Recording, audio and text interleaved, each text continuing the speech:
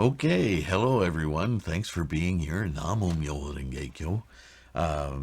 This Go Show, another one that may create. It's hard. Sometimes these concepts that Nichiren writes brief letters about can end up creating ripples of questions amongst the sangha, right? So this one subject comes up a lot when talking about health. How do I chant for health? How do I chant to get over this this disease or this affliction or this health obstacle? And now in Buddhism, what happens to our bodies is intimately connected to the foundational energies that formed us as a being in the first place. So addressing life experience mentally of situations we find ourselves in or our life condition in general, we talk about this all the time, but we tend to think of life condition as something solely mental. But the relation of mind and body is intertwined constantly. So addressing or chanting about a situation is no different than chanting about our health. It's the same thing. Mental health or bodily health are very intimately connected. They come from the same formation, energies, right? So the title of this one is on prolonging one's lifespan. And for humans, the idea of our personal lifespan is constantly with us because as samsaric beings, we are body first and mind second, right? That's how our tendencies and our thoughts manifest. So when we talk about anything that refers to an endpoint like death, prolonging a lifespan, moving that needle, it has very karmic resonance in us. So I would ask you with great compassion to hear these words as nurturing and actual profundity of our practice of Buddhism.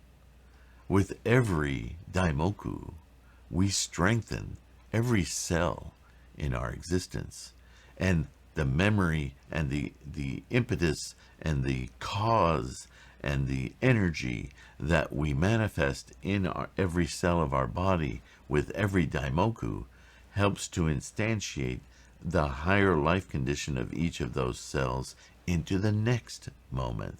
Remember, we live moment to moment, one after another. So how we treat our lives, our minds, and bodies, moment to moment, is a cumulative thing. And if foundational energy that manifested this group of cells and mind in the first place, in the womb, and later in birth, and later in life, and each successive moment to moment after that, carries with it its own tendencies and conditions. And one of the conditions may be our age, our bodily confrontations during life, that broken leg at age 7, that accident we were in our teen years, our drinking habits over the years. All of this is cumulative, right? As we get older. And so, how do we influence positively those energies and even heal some of those previous not good energies manifesting and change the conditions around those tendencies such that those tendencies ameliorate, and even to the point of prolonging what might otherwise been a lifespan shortened by previous negative causes. That's what we're talking about here. Okay? So here we go. There are two types of illness, minor and serious. Early treatment by a skilled physician can cure even serious illnesses, not to mention minor ones. Karma also may be divided into two categories, fixed and unfixed. I know that a lot of questions come up here, so let's just be patient and read through it, okay? Sincere practice will eradicate even fixed karma. So this is the karma, as we understand the word karma being the energies of formation, right? The energies that precipitate as nidana, the formation, manifests. It carries with it the energy which manifested it, right? And in some cases, that energy is so fundamental to the manifestation of a being that we can't even see it. It's just so fundamental to our being. Like the color of your skin. I mean, how fundamental is that, right? Short of setting yourself on fire, it's going to be really hard to change the color of your skin. I know that's a pretty horrific example. I apologize, but that's the point. That would be fixed karma, right? And it's also in our behaviors. We have very difficult habits, tendencies to break, unless we can alter the conditions. And the condition is our life condition, right? Sincere practice will eradicate even fixed karma. To say nothing of karma that is unfixed, things that develop during this lifetime. And as we build our life moment to moment, those energies form in alternate ways or get shifted or influenced. So we're constantly developing and manifesting anew. You know you understand this, because if you think back in your life, just 5 years or 10 years, words will come out of our human mouths that say something to the effect is, I'm not who I used to be. Well, that's absolutely accurate. It's funny how language will express things that are more profound than we sometimes think about.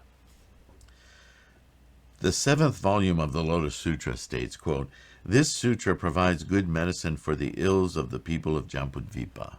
This is everyone in the world, right? These words can be found in no other sutra. All the sacred teachings of Shakyamuni's lifetime are the golden words of the thus come one. For countless kalpas, they have never contained the slightest falsehood. The Lotus Sutra is the truth of all truths taught by the Buddha, for it includes his declaration of, quote, honestly discarding expedient means, all previous teachings. Many treasures Buddha confirmed the truth of the Lotus Sutra, and all the other Buddhas lent their tongues in testimony. How then could it be false? Moreover, this sutra contains the greatest of all secrets. It tells of a woman who suffers from illness in the last 500-year period of the 2,500 years following the Buddha's passing. King Ajatashatru broke out in virulent sores all over his body on the 15th day of the 2nd month of his 50th year. Not even the skills of the great physician Jivaka were enough to cure him. It was fated that he would die on the 7th day of the 3rd month and fall into the great citadel of the hell of incessant suffering. All the pleasures of his 50 years suddenly vanished. Now, you can get a clue just from the beginning of that sentence, that this is a story about being in the wrong life condition and how you can compound illness, physically manifesting it, karma, and how changing your life condition can alter your physical karma. That's what this story is about. And the sufferings of an entire lifetime were gathered into 21 days. of this illness. I've heard it said in other ways where sometimes your sickness is a reminder, or not a reminder, but a evidence of unrealized karmic energies manifesting through your body that you otherwise would not have been able to conjure mentally. In other words, some karma, as you confront it, you can break through your practice of Buddhism. But some karma you don't see mentally, that it's foundational.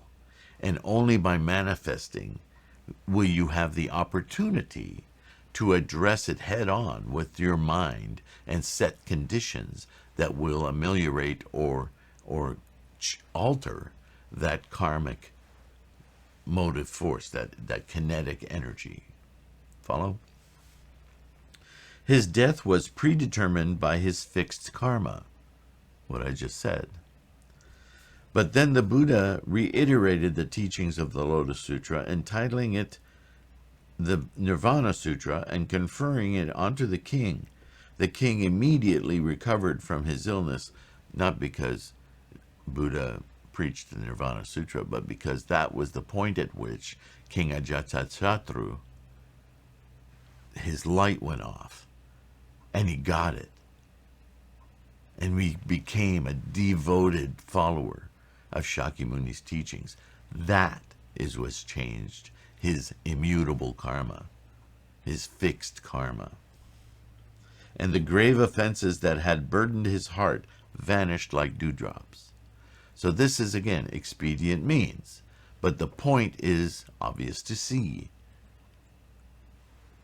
More than 1,500 years after the Buddha passed away, there lived a man in China called Chen Chen. It was prophesied that he would die at the age of 50, but by following the great teacher Tendai, he was able to prolong his life by 15 years and lived to be 65. And this isn't because of Tendai's wonderful medicine. It's because through Tendai, Bodhisattva Tendai, Chen Chen was able to realize Shakyamuni's teachings of Buddhahood.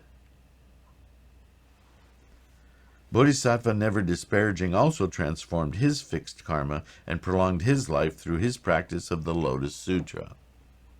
The sutra says, quote, his lifespan was increased, end quote.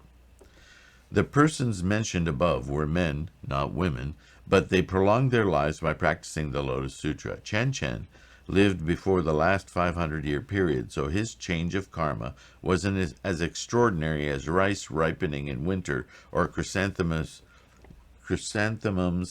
blossoming in summer. In this age, it is as natural for a woman to change her fixed karma by practicing the Lotus Sutra as it is for rice to ripen in fall or chrysanthemums to bloom in winter.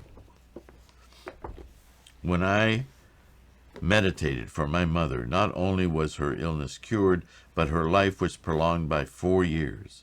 Now you, too, have fallen ill, and as a woman, it is all the more timely for you to establish steadfast, resolute mind and resolve in the Lotus Sutra, and to see what it will do for you. In addition, you can go to Nakatsu Kasa Saburo Saimon no Jo, or Shijo Kingo, who is not only an excellent physician, but a votary of the Lotus Sutra.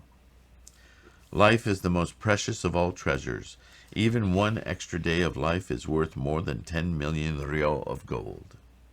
The Lotus Sutra surpasses all the other sacred teachings of the Buddha's lifetime because of the lifespan chapter. The greatest prince in the land of Jambudvipa would be of less consequence than a blade of grass if he died in childhood. If he died young, even a person whose wisdom shone as brilliantly as the sun would be less than a living dog. So you must hasten to accumulate the treasure of resolute mind, or resolve, and quickly conquer your illness. So bodily illness is a very visceral, no pun intended, motivator to practice profoundly, to practice with single-mindedly uniting with your Buddha, right?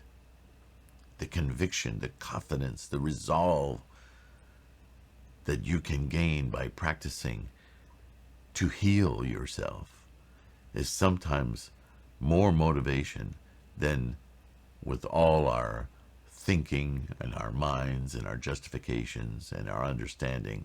When something like our health is at stake, somehow we're more motivated, right? Because death or our lifespan becomes much more tangible in our daily experience. And unfortunately, and I've said it before, I don't know why it takes so much trauma for us humans to finally dig in. But that's not to say don't listen to that. I don't care if it's a hangnail or a deathly illness. Use it. Use it as motivation. Okay? Where are we time-wise? Oh, we're real good. I could ask Shijo Kingo on your behalf, but while some people would prefer to be approached by an intermediary, others may feel it reflects a lack of earnestness on the part of the individual concerned, right? If I ask for you, then it seems like you just don't have the resolve. That if you raise the courage to go ask for your own self, your own practice, go talk to Shijo Kingo directly and tell him what you're going through, then your sincerity, your resolve is increased just by the mere act of doing that. But, one way or another, do it. It is extremely difficult to fathom another person's mind. I have experienced such difficulties on several occasions. Shijo Kingo is one who would feel offended if the request came from anyone but the person directly concerned. So in this case, it would not be advisable for me to intercede. He's not saying he won't help you, but he is helping you because he's telling you. Shijo Kingo, in this case, is somebody of deep, profound principle logic. And if somebody asks for you, he won't respect your request. It's not right or wrong, that's just what it is. So please summon the courage to go to him yourself. That he will value greatly. Just ask his assistance yourself, frankly and sincerely, without an intermediary. When he came to see me in the 10th month of last year, he told me how grieved he was about your illness. He said that you were probably not overly concerned then because your illness was not yet serious, but that it would surely become critical by the 1st or 2nd month of this year. His words deeply saddened me. He also said that Toki depends on you as a staff to lean on and a pillar for support. He was very concerned about you. He is a man who never gives in to defeat and who greatly values his friends. So not only should you go to him directly, but it's like he's waiting for you to ask him. He's very concerned about you. If you are unwilling to make efforts to heal yourself, it will be very difficult to cure your illness. Do you see the mind-body connection here? The karma connection? Simply, as I said earlier, simply raising the courage to ask for your own health is working to defeat the karmic inertia that is causing your illness to begin with. One day of life is more valuable than all the treasures of the major world systems, so first you must muster sincere resolve. This is the meaning of the passage in the 7th volume of the Lotus Sutra that states that burning a finger as an offering to the Buddha and the Lotus Sutra is better than donating all the treasures of the major world systems. Again, that's not an invocation for you to burn yourself. It's the causal mind that we're talking about here. The resolve, right? Are you willing to cut off your own finger to save your life? Sorry. See, that's my medical karma right there. I have to take pills. So, I have motivation to chant, don't I? I'm certain in my own life that my daimoku, my dedication to the Lotus Sutra, is the thing that's keeping me alive today. Certainly in the condition that I'm living, which is wondrous. Heck, I have this channel in all of you to speak with about Buddhism. How amazing is that? Namu Myoho Renge Kyo. A single life is worth more than the major world system. You still have many years ahead of you, and moreover you have encountered the Lotus Sutra. If you live even one day longer, you can accumulate that much more benefit. How truly precious is your life? And I will point this out again, this is the central core of our lives as human beings in Buddhism. Every moment we live is another moment we can instantiate Buddha. That is all the value of this life. Write down your name and age yourself and send your messenger with it to me so that I can meditate to the deities of the sun and moon. Your son, Lyobo, is also extremely worried about you, so he will offer the recitation of the verse section of the lifespan chapter to those deities. This is all about practicing. Respectfully, Nichiren replied to the lay nun, the wife of Toki Jonin.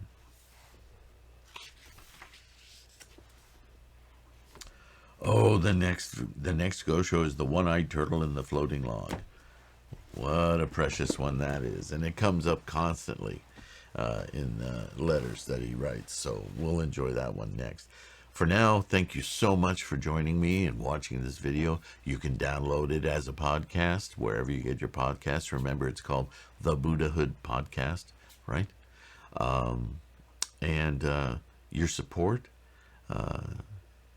in our Sangha, slowly it grows. Slowly I get these little one-time donations or gifts. Some of you are subscribed on the Patreon channel, patreon.com/TLK. I have no words to describe my appreciation because it's for all of us. I don't take this as